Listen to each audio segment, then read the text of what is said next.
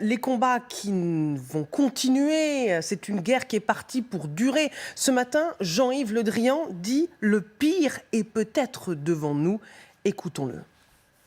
Il est possible que le pire soit devant nous. C'est-à-dire, ça veut dire quoi? Nous sommes rentrés dans une logique de siège. Jusqu'à présent, les forces russes pénétraient en Ukraine avec l'hypothèse d'un blitzkrieg, d'une entrée rapide et qui aurait permis à la Russie d'avoir la maîtrise sur l'Ukraine. Or, ce n'est pas le cas, en raison de la résistance forte de la part des Ukrainiens, exemplaire. Pour laquelle Paris recommande fortement aux Français dont la présence, je cite, n'est pas essentielle en Ukraine de s'organiser pour quitter le pays. Elisabeth, dans le sillage du discours d'Emmanuel Macron hier, Jean-Yves Le Drian, ce matin, prépare les Français à une guerre qui va durer. Oui, exactement. Ils ont pris le parti, Emmanuel Macron hier soir, Jean-Yves Le Drian maintenant, de dire les choses et surtout d'annoncer les efforts qui sont à venir. Parce que comme l'a très bien dit le général, ça ne se passe pas comme dans les jeux vidéo. C'est beaucoup plus compliqué pour Vladimir Poutine. Et la réalité, c'est qu'il y a une semaine, on pouvait se dire l'affaire sera réglée rapidement. Elle va durer des semaines, peut-être des mois, effectivement, on assiste à une résistance, et une résistance interne qui s'installerait. On a connu ça dans l'histoire, ça peut durer des années. Donc, des années de désordre. Quand Jean-Yves Le Drian dit, alors là, mais moi je ne suis pas la spécialiste militaire, le pire est devant nous, il n'évoque pas forcément le pire militaire. Il évoque effectivement une guerre qui s'installe dans la durée et donc des désordres internationaux sur le plan évidemment des relations et sur le plan des marchés commerciaux qui vont durer. Et donc des conséquences qui sont très lourdes, face auxquels il va falloir s'armer. Et Emmanuel Macron a déjà développé une partie de son programme, d'ailleurs, hier, en parlant de puissance et de souveraineté qu'il va falloir recouvrer. Mais donc, quand Jean-Yves Le Drian le dit ce matin, encore une fois, je suis très humble dans l'interprétation militaire. Il ne faut peut-être pas l'entendre comme la bombe atomique va nous tomber dessus demain, mais plutôt comme ces guerres qu'on avait finalement un petit peu réservées aux livres d'histoire, voilà, on s'embourbe, ça dure longtemps, il y a des guérillas, il y a des face-à-face, il y a des corps à corps, ça peut durer des semaines et des années, c'est peut-être ça. Et ça, c'est le pire devant nous parce que c'est un désordre qui s'installe et qui a des conséquences extraordinairement durables pour nous. Tout à fait. Et puis il y a aussi l'aspect humanitaire. On dit aujourd'hui que 1 million de personnes ont fui en Pologne, en Roumanie. Et donc c'est une catastrophe humanitaire avec tous les drames que cela entraîne. Effectivement, là, l'Europe est ébranlée, manifestement. Alors toujours sur le front sud, on a parlé de Kherson qui est tombé aux mains des Russes général, mais on va aussi parler de Mariupol, qui est un port stratégique. L'artillerie russe qui a pillonné ces dernières heures des zones résidentielles, y compris une maternité et une école.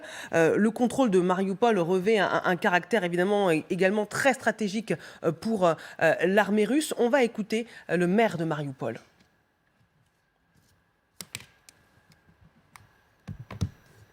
Dans un instant, le maire de Mariupol. Est-ce que le but, écoutons-le et on en reparle avec le général et avec Magali.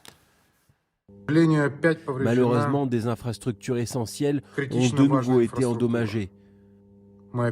Nous sommes à nouveau sans électricité, nous sommes à nouveau sans eau, nous sommes toujours sans chauffage. Mariupol sans eau, ni électricité, ni chauffage ce matin. C'est un caractère très stratégique parce que ça permet à l'armée russe de faire tout un axe dans le sud pour mieux contrôler le pays. La jonction. La jonction entre, en effet, les troupes de l'Est et puis les troupes qui remontent de Crimée. Mariupol a toujours été dans le viseur des Russes, y compris en 2014 quand il rentre dans le Donbass. Mariupol, à ce moment-là, il y a déjà une première bataille, mais Mariupol résiste déjà à l'époque et chasse les Russes. Donc là, on peut revoir la carte peut-être pour mieux comprendre. Voilà, Mariupol, Kherson, la jonction. On sait déjà qu'ils sont à Berdiansk et vous voyez, ils progressent vers Mariupol.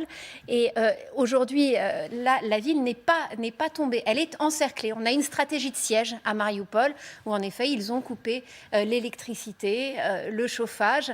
Et évidemment, l'objectif, c'est que cette cette bande orange que l'on voit remonter de Crimée rejoigne toute cette partie est qui est en orange pour prendre le contrôle de cette mer d'Azov, pour la privatiser complètement. Il faut savoir que Vladimir Poutine a déjà construit un pont qui relie, vous voyez, la péninsule de Crimée à la Russie que l'on voit là. À ce niveau-là, il a déjà construit un pont il y a quelques années pour rejoindre. Mais donc là, ça deviendrait totalement une mer intérieure, hein, en fait, pour la Russie. C'est vraiment stratégique. Oui, sur la stratégie militaire. Justement, c'est l'objectif des forces militaires russes. Ce qui sera intéressant à observer maintenant, c'est la poussée vers Odessa. Pourquoi ? Parce que c'est la possibilité de connexion avec la Transnistrie, mais surtout, il faut voir que c'est l'accès à la mer de l'Ukraine qui sera complètement fermé aux Ukrainiens. Et ça, pour l'Ukraine, c'est très très important. Pour les Russes, bien entendu, parce qu'ils vont contrôler tout le bord nord de la mer Noire. Mais pour l'Ukraine, c'est absolument vital. Et donc, ça sera vraiment intéressant de regarder s'il y a une offensive vers Odessa, et c'est tout à fait probable. Encore faut-il qu'ils en aient les moyens, les Russes. Et puis ensuite, on voit bien que dans les négociations qui vont peut-être vraiment commencer, c'est une manière d'avoir un gage sur la partie est et la partie sud pour les Russes. On peut imaginer que le président Poutine veuille annexer en échange de la partie ouest de l'Ukraine. Veulent annexer quoi ? Comment ? Veuille annexer quelle partie ? Vous dites Poutine veut annexer. Oui, veut annexer le Donbass élargi, la partie Mariupol et aller et le nord Odessa et aller jusqu'à la Transnistrie. Il coupe l'Ukraine de l'accès à la mer Noire.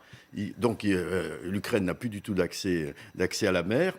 Ouais, la jonction entre les deux zones orange dans le sud du nord pays. De la mer Noire. Mais il voudrait négocier ce banc là qu'on voit très bien, qui est orangé sur la carte, et il laisserait entre guillemets tranquille le reste de l'Ukraine. Ce serait sa zone tampon. Vous y croyez ça ? On y croit. C'est une possibilité parce que. Oui, pardon. Non, je vous en prie, général. Oui, non, c'est une manière déjà d'avoir des gages, d'avoir déjà quelque chose à négocier. Ah oui. Ouais. Patrick Martin-Génier. Oui, enfin, je comprends tout à fait, mais il est en position de force. Donc en fait, ce que veut Vladimir Poutine, c'est dépecer ce pays. C'est pour ça que, à mon avis, les négociations sont absolument inacceptables, inenvisageables. Une délégation ukrainienne sur le plan politique ne va pas se rendre quelque part. D'ailleurs, il faut un couloir aérien pour ménager le passage de la délégation ukrainienne, parce que ça devient dangereux. Et on ne va pas envisager de dépecer comme ça l'Ukraine entre deux délégations. C'est inacceptable sur le plan politique. Maintenant, sur le plan militaire, s'il veut éliminer tout le monde, effectivement, il fera ce qu'il veut. Mais c'est ça que c'est inacceptable, irrecevable sur le plan international du droit à l'autodétermination des peuples. Ce que je voulais dire, c'est que certes, il y a des stratégies militaires, mais Vladimir Poutine et les militaires font exactement le contraire de ce à quoi ils s'étaient engagés, auprès notamment d'Emmanuel Macron. En fait, l'objectif des militaires russes, c'est bien de neutraliser, non pas uniquement des cibles militaires, mais toutes les infrastructures indispensables à la vie quotidienne, qu'il s'agisse des centrales, qu'il s'agisse d'approvisionnement, les centrales thermiques, les infrastructures, les ponts. En d'autres termes, on prend en otage la population civile. Et c'est ça qui était inacceptable. On ne vise pas uniquement des infrastructures militaires, mais bien évidemment la population civile. Et c'est en cela que ce n'est pas des actes de guerre, ce sont des actes de barbarie, parce qu'en prenant en otage la population, eh bien, on essaie de faire pression, et en fait, on essaye évidemment de renverser le régime. C'est ce qu'on a vu pour Kiev, même s'il rencontre des difficultés. Oui, mais ça, effectivement, c'est la stratégie militaire, c'est-à-dire disloquer le pays, anéantir sa capacité de résistance. Mais vous savez, malheureusement, c'est une stratégie qu'on a employée nous aussi dans les guerres qui viennent de se passer. Et donc, on détruit tout de manière à absolument disloquer le pays, l'empêcher, voilà, et pouvoir s'en emparer. Au-delà de cette stratégie, mais ça c'est les militaires et les Américains ont développé ça. Regardez ce qui s'est passé en Irak pour la prise de la capitale d'Irak. Ça y est, le nom m'échappe tout d'un coup. Merci. Vous voyez. Donc vraiment, il y a une stratégie qui est très connue, et les Russes ont parfaitement étudié toutes ces opérations militaires que les Occidentaux ont menées dans les guerres successives en Irak, et ils appliquent ces méthodes. Et ils l'appliquent dans tous les champs de bataille, y compris les champs immatériels, etc., dans lesquels ils sont très forts. Donc ça, c'est ça. Mais derrière, il y a la stratégie politique. Bon, est-ce que maintenant, est-ce que Poutine n'est pas en train d'essayer de réviser son objectif politique ? Manifestement, c'était de prendre le contrôle de l'ensemble de l'Ukraine. Bon, ça s'avère un peu plus compliqué que ce qui était prévu sur le terrain, mais aussi dans le champ diplomatique, comme vous venez exactement de l'évoquer, dans le champ international. Donc, sans doute que ça le fait réfléchir quand même un peu. Hein. Il n'est pas fou du tout. Hein. C'est un joueur de poker. On a dit que c'est un joueur d'échecs. Maintenant, c'est un joueur de poker. Il parie. Il monte la mise à chaque fois. Il sait qu'on ne va pas suivre partout. Donc, c'est un joueur de poker qui connaît le jeu de l'adversaire. Ça, c'est vraiment très important. Donc, il est dans la situation où il a une paire, l'adversaire a 2 paires, mais il sait qu'il n'ira jamais jusqu'au bout. Donc, il monte. Oui, on va y revenir, hein, permettez-moi de... Il avait anticipé la résistance ? Non, sûrement pas. On va y revenir sur les négociations, si vous me le permettez. Mais j'aimerais qu'on parte à Odessa d'abord. On va revenir sur les négociations. On a tout notre temps ce matin entre la Russie et l'Ukraine, à l'heure où une délégation russe est arrivée dans le sud du Bélarus pour discuter avec les Ukrainiens. Mais puisqu'on parle de cet assaut dans le sud du pays, cette volonté de l'armée russe de faire la jonction entre les différentes villes pour pouvoir privatiser l'accès à la mer d'Azov, on va se rendre à Odessa. Vous le voyez, qui est dans le sud-ouest du pays de l'Ukraine, où nos envoyés spéciaux Esther Lefebvre et Antoine Pokry sont aux côtés des habitants qui se préparent à un assaut dans les prochains jours. Des bombardements ont été entendus hier dans les faubourgs de la ville, même si pour l'instant, ils sont encore sporadiques. En tout cas, ils se préparent à cet assaut sur le front de mer depuis plusieurs jours maintenant. Les habitants remplissent des sacs de sable, les empilent pour éventuellement freiner, ralentir une attaque russe. C'est ce qu'ils redoutent tous.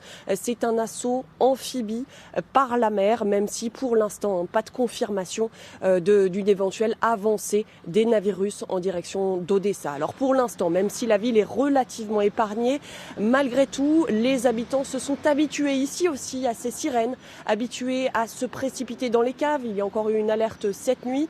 Et hier soir, par exemple, nous venions à peine d'arriver dans la ville. Et dans le bunker de notre hôtel, nous avons rencontré une famille d'Odessa avec un jeune enfant de 2 ans. Ils étaient venus dans cet hôtel car chez eux, pas d'abri. Je rappelle ici qu'en fait, il n'y a pas de métro comme à Kiev pour se protéger. Alors, ces habitants ici, tous sont convaincus qu'un assaut aura lieu, car vous l'avez dit, évidemment, cette ville, c'est la 3e plus grande du pays. Elle est stratégique avec ce port le plus grand d'Ukraine, qui est la plus grande porte d'entrée des marchandises dans le pays. Esther Lefebvre et Antoine Pokry, nos envoyés spéciaux à Odessa. Vous restez avec nous, l'édition spéciale se poursuit, consacrée au 8e jour de la guerre en Ukraine. Nous partirons également à Kiev, qui a été de nouveau bombardé, et nous parlerons de ces négociations qui sont censées reprendre ce matin, puisque la délégation russe est arrivée dans le sud du Bélarus. À tout de suite.